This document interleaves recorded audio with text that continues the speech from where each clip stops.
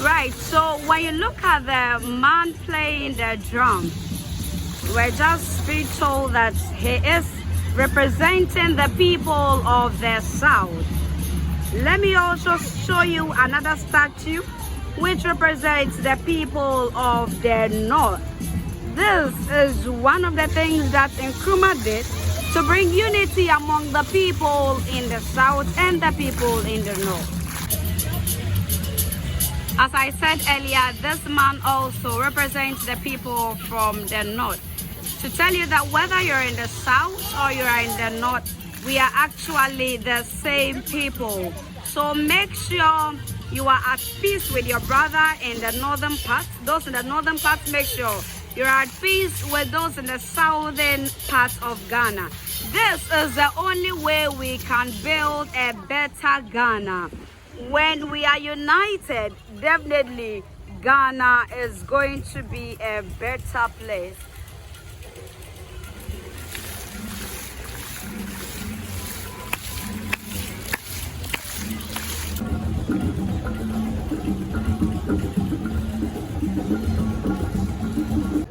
This is actually the final rest for Fathia Nkrumah. Ni Fathia Halimaret. Hey, the name is very interesting. February 22nd, 1932 to May 31st, 2007. That was when she was finally laid to rest here. This is actually the last burial place of Osagyefo Dr. Kwame Nkrumah. Do you also want to see where his wife, Fathia Nkrumah, we mostly say Fathia Nkrumah. Do you also want to see where she was laid? Do well to follow me for more.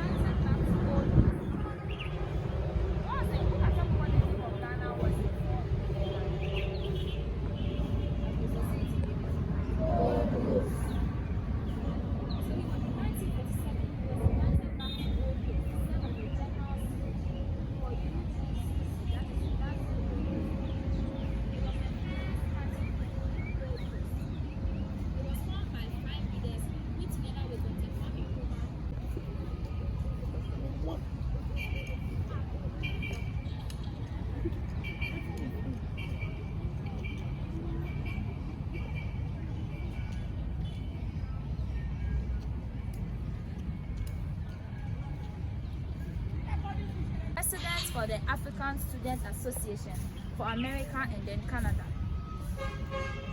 After acquiring the degree also, he taught again for 4 years. And then in the course of teaching, he acquired his master's degree also in philosophy from the University of Pennsylvania. So Dr. Kwame Nkrumah wrote 14 books and then 5 pamphlets. How many books did I say he wrote? 14 books. And then how many pamphlets? 5 pamphlets. But then 2 of his books are very popular. When I mention one, you say it after me, okay? So the first one is Africa Must Unite. Africa Must Unite. Again, Africa Must. Unfortunately, in 1972, he passed on, or he died. And then because he was the co-president of Guinea, his body was sent back to Guinea for a burial. You know when someone dies, the person is buried, right? Yes. So his body was sent to Guinea for a burial. But then when his body got to Guinea, because he was their co-president or vice president, his body was embalmed. That is preserved from decomposing. You know when someone dies, or maybe if, let's say, if you buy tomatoes today and then you leave it for a pound, it gets spoiled, right? Yes. Okay. So when someone dies, the body decomposes just like the way the tomato gets rotten. But then, because he was their co-president, his body was preserved with chemicals so that it won't get rotten. But then 3 months after he was buried in Guinea, his mother, who was still alive back here in Ghana, requested for his body to be brought back home.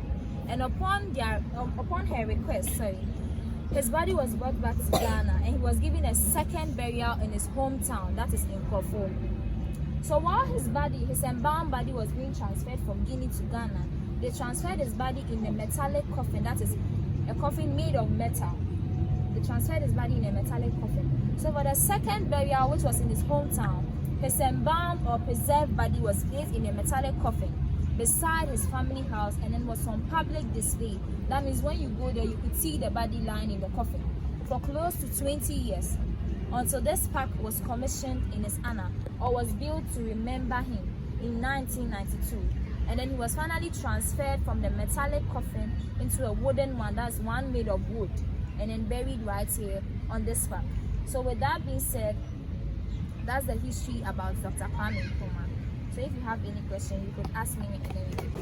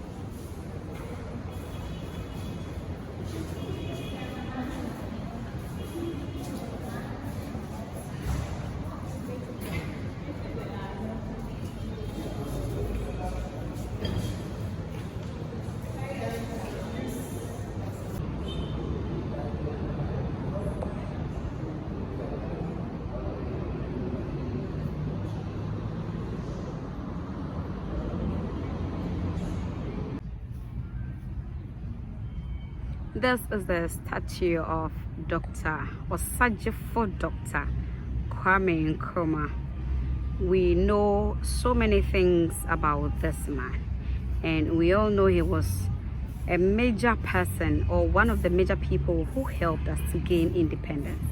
Right, so when you study history, you'll be told that he's actually not the main person because they started fighting for independence some years ago.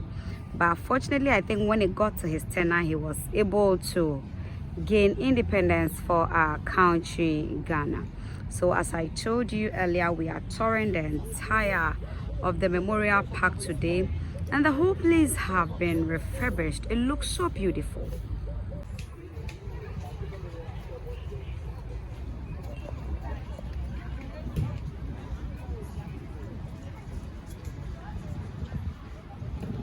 Right here. Okay, so the bronze head of Dr. Kwame Nkrumah original statue, which stood in front of the old Parliament House, Accra, vandalized during February 24, 1966. Military and police coup d'etat. This is serious. He really did a lot for us. So we are told that his head is at a different place because of the coup d'etat. So you can see that the statue is without a head. Let's see where the head is. When you come to the museum, today we are told that's the right thing. So if you've been saying museum, you are all wrong. So we have a snack bar here.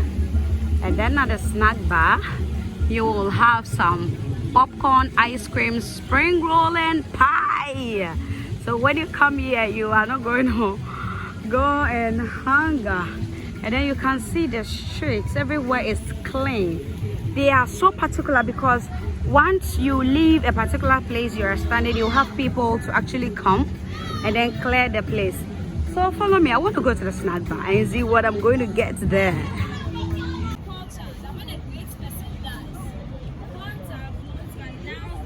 Hey. So they are there announcing the death of Osagyefo Dr. Kwame Nkrumah. And about the man in the smoke on your right, at that end, he represents the northern part of Ghana. And then the one playing drums on the other side, that's on your left, represents the southern part. And they are both there to show unity. So with that being said, that's all about them. When you come to the museum, today we are told that's the right thing. So if you've been saying museum, you are all wrong. So So we have a snack bar here, and then at the snack bar you will have some popcorn, ice cream, spring roll and pie. So when you come here, you are not going to go and hunger. And then you can see the streets everywhere is clean. They are so particular because once you leave a particular place you are standing, you have people to actually come and then clear the place. So follow me. I want to go to the snack bar and see what I'm going to get there.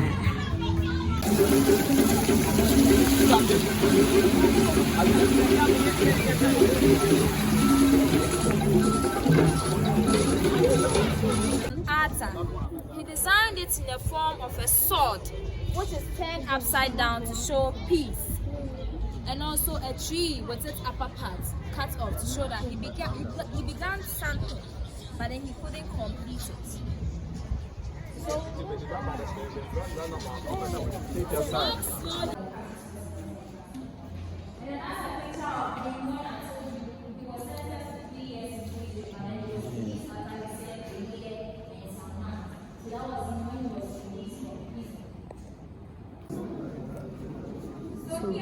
these were some of the speeches that was made by Dr. Kwame Nkrumah. You can see the independence of Ghana is meaningless unless it is linked up with the total liberation of African country.